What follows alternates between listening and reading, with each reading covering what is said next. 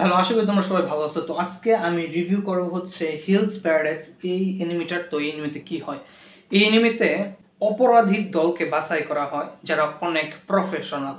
তারপর তাদেরকে এমন একটা মিশনে পাঠায় যেই মিশনটা মোটামুটি ইম্পসিবল, যে মিশনে যাওয়ার পর কেউ আর বাইচে ফিরতে পারে না এবং তারা ফুল হয়ে যায়।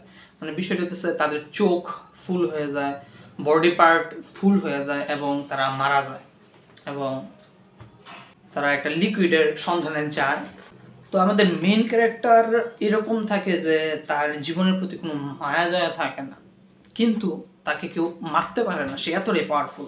তার গলা কাটতে গেলে ছুরি ভেঙে যায়, তাকে আগুনে পুরাই দিলেও সে মরে না, কোনো সিস্টেমে তাকে মারা যায় না। তারপর এই মানুষটাকে এই মিশনে পাঠানো হয়। তারপরে কি সে বাইচে ফিরতে পারে, মিশনটা সাকসেসফুল করতে পারে, ওই লিকুইডটা পায় না, এটা তুমি এনিমিটা দেখলে বুঝবা। এবং এনিমিতে অনেক জবরদস্ত ফাইটিং আছে। তোমার যদি ফাইটিং ভালো লাগে এই এনিমিটা তোমার ভালো লাগবে। খুবই মারামারি, বুঝতে পারতেছ, দেখতে পারো, ভালো লাগবে।